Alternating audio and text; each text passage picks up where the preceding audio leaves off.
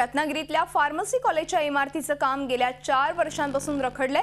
या प्रश्नी भाजप कार्यकर्त्यांनी बांधकाम विभागाच्या अधिकाऱ्यांना घेराव घातला।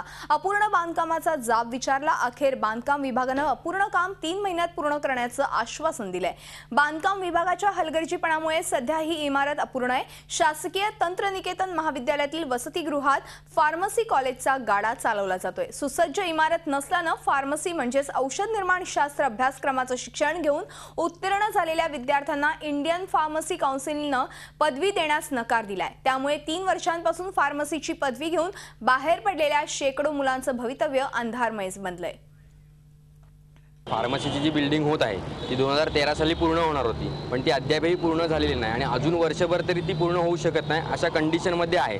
त्यामुळे ज्या मुलांचं फार्मसी आता कंप्लीट करून जी मुलं बाहेर पडले आहेत त्यामुळे त्यांना लायसन घेण्यासाठी, कारण की त्यांना प्रॅक्टिस नसल्याने त्यांना लायसन मिळत नाही आणि त्यांना ते जॉबलेस आहेत, त्या मुलांना सहकार्य करण्यासाठी आज युवा मोर्चाच्या वतीने आम्ही इथे आलेलो आहे आणि त्या ह्याने आम्ही आज इथे निवेदन दिलेलं आहे बांधकाम भवनला।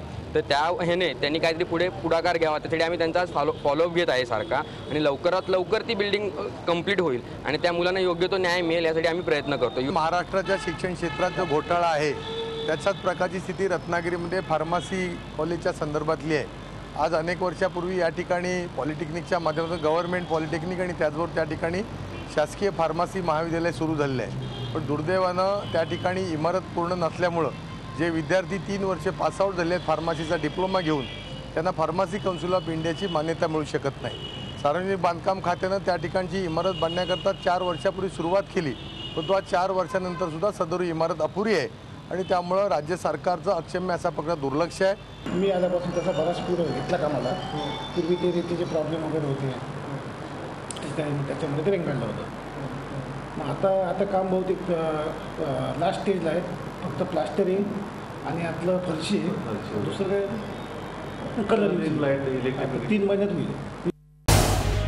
झी 24 तास रहा एक पाऊल पुढे।